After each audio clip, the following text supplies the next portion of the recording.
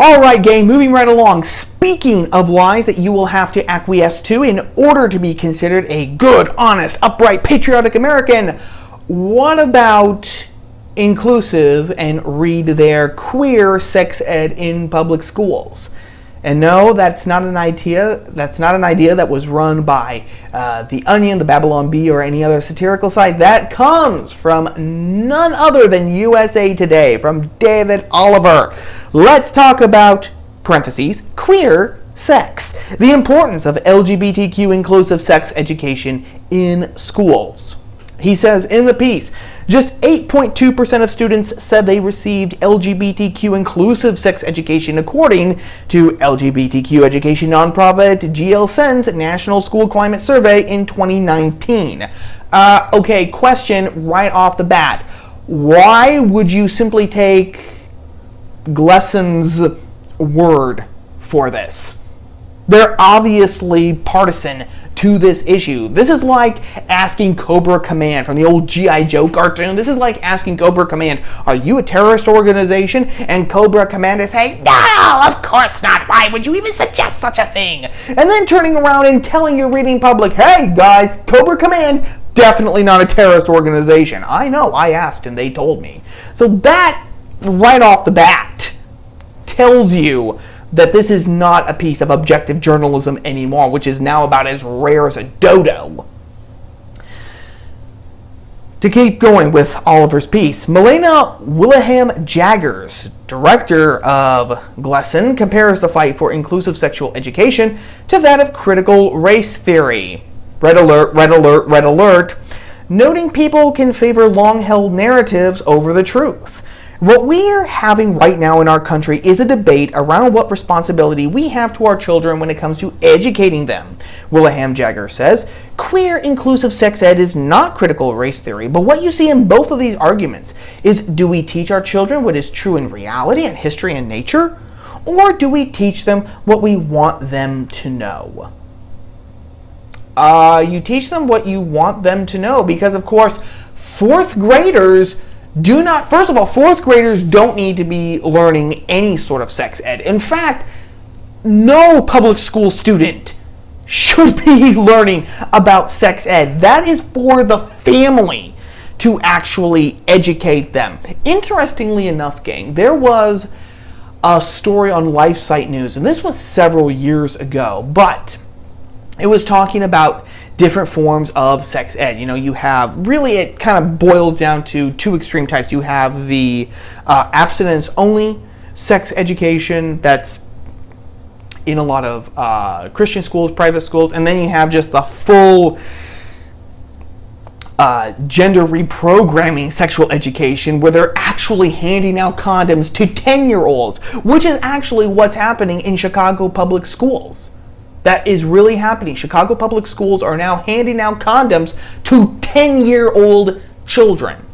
But anyway, people have said, well, teen pregnancy rates in schools that only teach the abstinence-only sex ed is just as high or higher than the schools that teach the full-on radical sex ed, here, hand a condom out to anything that walks and has a pulse. Therefore, the abstinence-only sex ed doesn't work. It's not worth a darn. It's unliberating, it is restrictive, it is patriarchal, it is conforming, it is traditional, it is religious, it is bigoted, it is narrow-minded, it is anti-woman, and it's probably racist too. It's probably, I think I mentioned religious, which really makes it bad. Therefore, you have to go on the full hog and hand out condoms to 7-year-old boys who have even no idea what the facts are, what the facts of life are, or at least they shouldn't.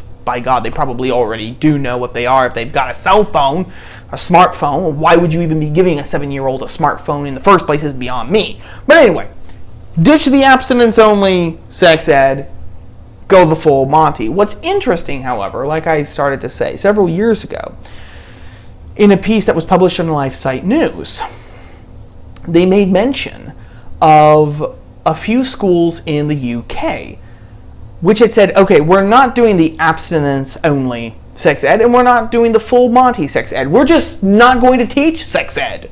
We're not going to do it. That belongs in the private home. That belongs to the family, the mom and the dad. And wouldn't you know it, teen pregnancy rates in those schools dropped like a stone in the ocean. Really interesting, that. But to go back to that, what argument do we want to teach children what is true in reality, history, and nature? Those are all lies, gang. Those are all damned lies. Not to say that examples of homosexual activity don't happen in nature. Now that they have, that it is a recent phenomena, only that's seen from the late 19th century onward. Absolutely not. But to say that it is the norm is the lie. Because of course when they say what is true in reality, history, and nature, well, what exactly do we mean by true? Is it true that there's been homosexual activity, probably from recording time? Absolutely. Is it true that you find examples of homosexual activity outside of the human species and other species in nature? Yes, that is also true. But the conclusions then that they weasel to, once you actually admit those truths, is the lie. Because then they go from that to saying, well, then it's completely normal, it's completely okay. Right? It's no more different than heterosexual sex, except of course that it's not, because to rehash an old talking point, the only reason why human beings are sexualized into male and female, that horrible, horrendous, just enslaving sexual binary, is because sex between a man and a woman produces children. It's reproduction. Sex between a man and a woman can always result in a child. Like I like to say, if there was no critical link between sex and babies, then the concept of safe sex would never have been invented. You wouldn't have to give little boys who are 10 years old and being enslaved by the Chicago public school system, you wouldn't have to give them condoms. Because you wouldn't need condoms, because there was no critical link between procreation, sex, and children. Right? Right. Because reproduction is the norm of nature. That's what nature wants. That's what the entire theory of evolution is predicated on. In fact, Camille Paglia, who is herself no right-winger, in fact, she identifies as a lesbian and I think even transgender these days, so who knows? So I mean, Camille Paglia, not a right-winger, but interesting thinker. Honestly, she is one of the few people on the left who actually, who honestly is interesting to read. You can actually learn things from her. A couple of years ago, I started reading her first book, Sexual Persona. Very fascinating. Didn't agree with everything that she said, of course, but again, quite fascinating. Actually gave you food for thought. It wasn't just a political shill disguised as a book. Camille Paglia has said that in nature, it is homosexual activity that is the divergent from the norm. It is not the norm itself, because the ironclad law of nature is reproduction, and anything that goes against that does not fit into nature.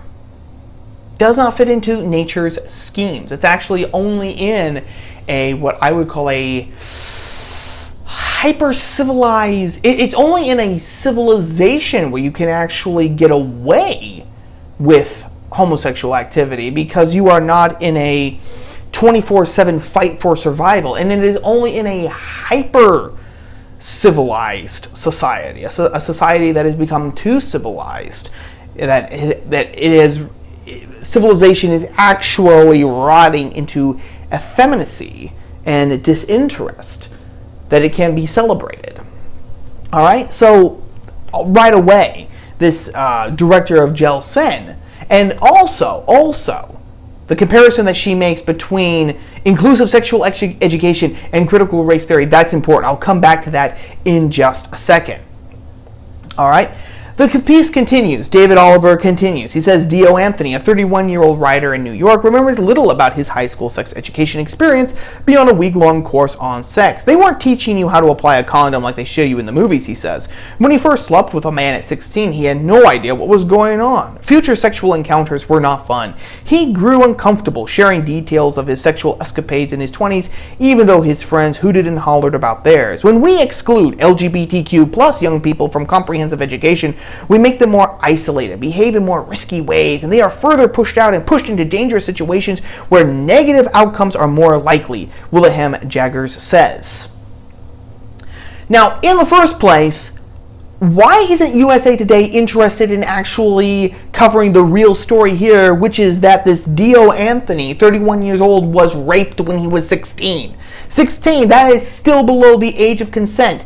And it says right here, he slept with a man. Didn't sleep with another boy, slept with a man. I assume then that this man that he slept with was the legal definition of a man, i.e. 18, 21, or older. So in other words, Dio Anthony was raped. But instead of actually going that way and saying, hey, whoa, what happened here? They're actually using this. They're using Dio Anthony to support their foregone conclusion, which is that we need, quote unquote, inclusive sexual education here. And that actually raises another point, gang. Why do the schools need to actually have inclusive sex ed? Why? I mean, this is a serious question. You have Gelsen, you have the Human Rights Campaign Foundation, so many colleges and universities, high schools now have chapters of some LGBTQ plus 2IA groups on them. Why can't all, the gay students, the lesbian students, the bisexual students, the non-binary students, the asexual students, the sapiosexual students, the demisexual students, the two-spirit students, etc., etc., etc., etc. Why can't they simply go to those chapters? Why can't they simply go online, use these, or their smartphones, which, as we said earlier, practically everyone now has, get on those websites and find out? Okay? And even if they don't, or even if they are completely unaware of these groups' existence, they can certainly Google. They know how to Google. They can do Google searches all day long until they find out what they want. So why is it this insistence that children as young as 9 years old be given this inclusive sexual education that includes all the LGBTQIA2 plus stuff? It's because this is what it says. Okay, and I'm not making that up about as young as nine years old. From the piece again. Scott Bratt, Outreach and Education Director at Chicago Women's Health Center, directs a program of sexual health education for Chicago public schools and area universities. They work with 4th through 12th graders as well as college students. Yes, inclusivity begins as young as 4th grade. Instead of saying girls menstruate or boys produce sperm, for example, you can say people who menstruate and people who produce sperm to incorporate trans and non-binary people. We are trying to infuse queer inclusivity and gender expansiveness in the curriculum across all grade levels, across all subjects, Bratt says. So why? Why would it start so young, and why? As when we said, it's not needed in the classroom because of all these different LGBT groups that anyone can now find with a Google search. Well, it goes back, gang, to what Wilhelm Jagger, the comparison that she made between this inclusive LGBTQ sex ed and critical race theory. What's the point of critical race theory? It's not to teach about the history of racism in the United States. It's not to teach about slavery in the United States. It's not to teach about the black experience in the United States. It is specifically designed to teach children that white people are evil and minorities are all objectively good. And that anything bad that happens to anyone who identifies as being part of a minority group is because of white people. There was a story, actually just a few weeks ago, published in the National Pulse, I believe. A professor at the University of Pennsylvania was getting some pushback because in a Zoom class he told one of his white male students that because he was breathing, he had probably oppressed someone that day. That is critical race theory. The idea that white people are all intrinsically evil, all intrinsically racist, and therefore all intrinsically evil, is the core component of critical race theory. That is why the left is making that one of the hills that they die on. They want to teach kids about that because they want to indoctrinate children into that worldview. And it's the same thing here. At the very least, they want to indoctrinate kids into thinking homosexual activity, heterosexual activity, it's interchangeable. It's potato, which then actually opens the door to accepting the entire gender queer critical theory. The idea of transgenderism, that men and women are simply interchangeable. They're as interchangeable as Lego bricks. The idea that gender is at the same time a social construct, but then also at the same time something so innate and primal in you that you instinctively know as young as 3 years old that you were born in the wrong body, and that your gender is not what your body says that it is. They're also saying that your gender can change overnight, can change in the middle of the day. That, at the very least, is what they want to indoctrinate your kids into. And at the very most, they actually want to promote this sort of activity to your kids, and they want them to become part of the gay subculture. Why?